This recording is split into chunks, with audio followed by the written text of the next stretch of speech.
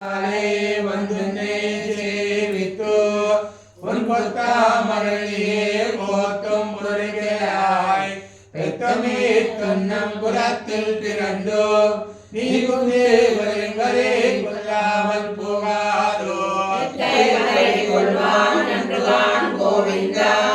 எத்தை கோயிலும் உந்தன்னோடு துணையாவோ உனக்கே நாம் ஆட்சியோம் மங்கள் கடல் கடைந்த மாதவனை கேசவனை திங்கள் திருமணத்து செவிலியார் செஞ்சிரஞ்சி அங்கப்பனை கொண்ட வார்த்தை